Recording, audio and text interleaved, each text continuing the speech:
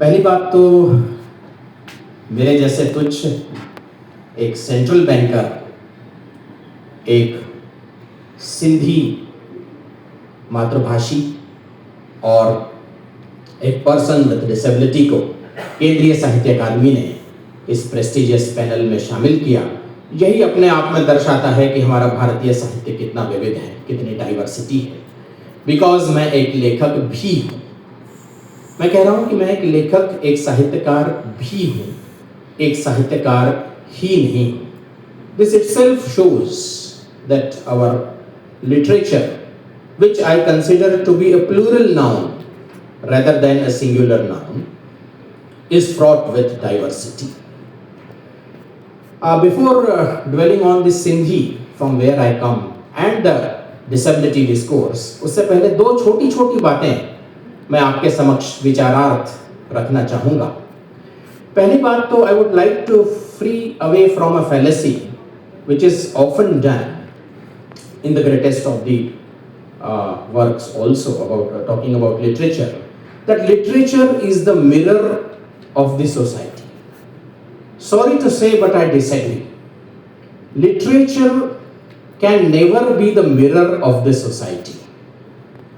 Literature is the prism of the society. Mirror reflects everything, that too in an inverted form. But literature does not reflect. It takes something from the reality and refracts it, sharpens it, and conveys it to us. So this is the job of the prism in the science rather than the mirror. So when we consider literature as a prism, then naturally all the diverse states of the culture of the society are going to be refracted. Be it language, be it religion, be it caste, be it region, be it the economic status, be it the gender, और be it the disability. इन सातों को अगर हम देखें तो एक इंद्रधनुषीय refraction है literature. अब इसमें बहुत सारे उदाहरण मैं दे सकता हूं, but due to the paucity of time I will not go into all this.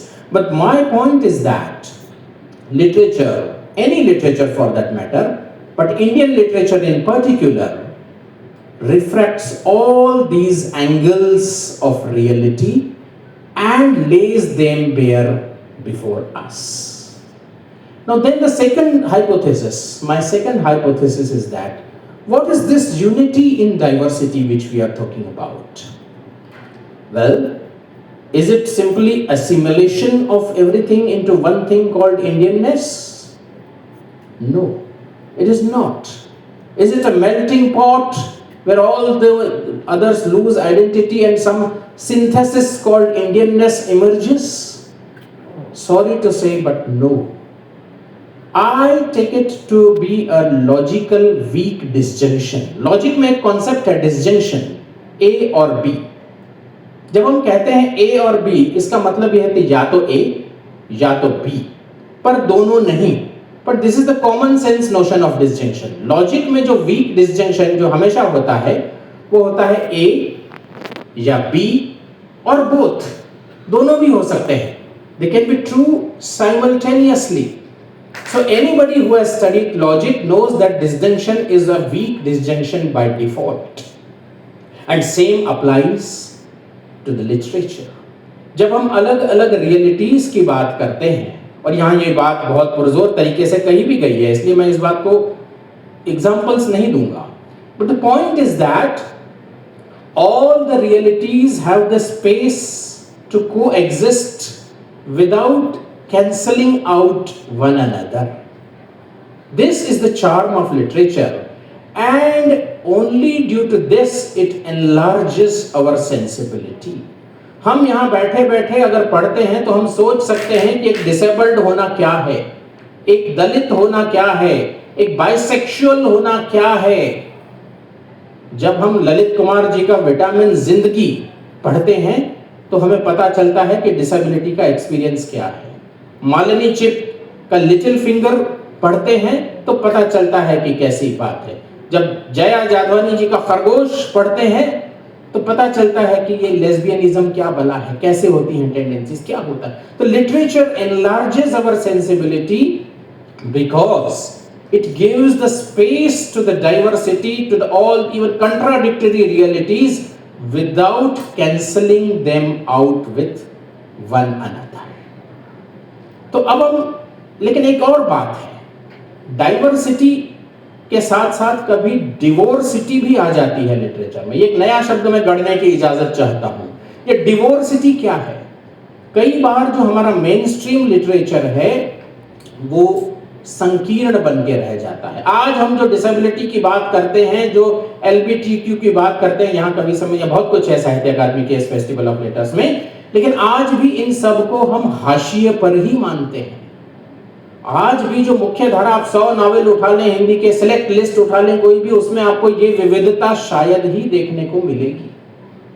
तो हमें चाहिए कि ये diversity should be in the literal true sense of the term, this diversity should be shunned if we want to make the literature really inclusive and space making. तो अब जब मृदुला सिन्हा जी गोवा की governor होके एक नॉवेल लिखती हैं जो फोकस्ड है डिसेबिलिटी पर, मेहंदी को रंग, इस तरह का नाम है कुछ उसका, तो ये सारी चीजें क्या हम मेन स्ट्रीम में पढ़ते हैं? क्या एमए के विद्यार्थी पढ़ते हैं? नहीं पढ़ी है। तो लिटरेचर को इस तरह से डाइवर्सिटी को प्रमोट करते हुए तब यूनिटी आएगी when and it gives the space, जो कि मैं बार बार कह रहा हूं कि it gives the space to the divergent realities, contradictory realities also. अब हम थोड़े सिंधी की बात कर लें, मैं ज्यादा समय नहीं लूंगा।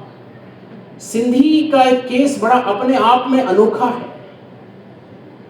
हम मतलब सिंधी भारत के राष्ट्रगीत में है, पर भारत की जमीन में कोई अलग से टेरिटरी नहीं है।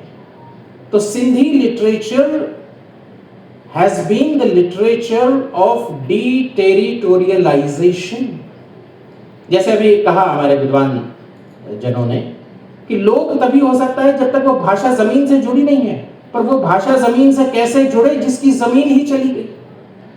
लेकिन फिर भी सिंधी ने जो सिंधियत है उसको बरकरार रखा है। वो कैसे? मुझे परंपरा अगर आप देखेंगे सिंधी की, वो है शाह अब्दुल लतीफ की परंपरा। शाह अब्दुल लतीफ जो आज के तथाकथित भारत में तो नहीं थे, लेकिन मेरे ख्याल से वो है भारतीय। क्यों? Because Indianness, as I said, consists in giving space to all the realities without cancelling them out. That is the literature is the great simulator. It is not the great assimilator. It is the great simulator. तो शाह का रसाला जब हम पढ़ते हैं, उसकी सुमरियों की बात करते हैं, 7 सुमरियां, मूमल राणो, ससुई पुनु, उसी में अध्यात्म की भी बात करते हैं वो, इश्क मजाजी, इश्क हकीकी। और आप गौर कीजिए, ये सारे नाम जो पेयर्स हैं, ससुई पुनु, मूमल राणो, शुरू किससे होते हैं? They start with the name of the heroine rather than hero. वहां है रोमियो जूलियट उधर, हाँ, लेकिन यहां तो ये कितनी बड़ी बात है, which makes the things equal. उसके बाद शामी और सचल आप सबको पता ही होगा, नहीं तो पढ़ लीजिएगा।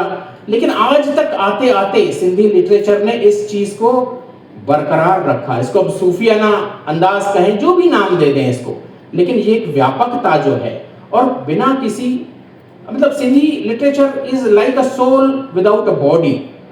आज वो ट्रांसलेशन के थ्रू पहुंच रहा है।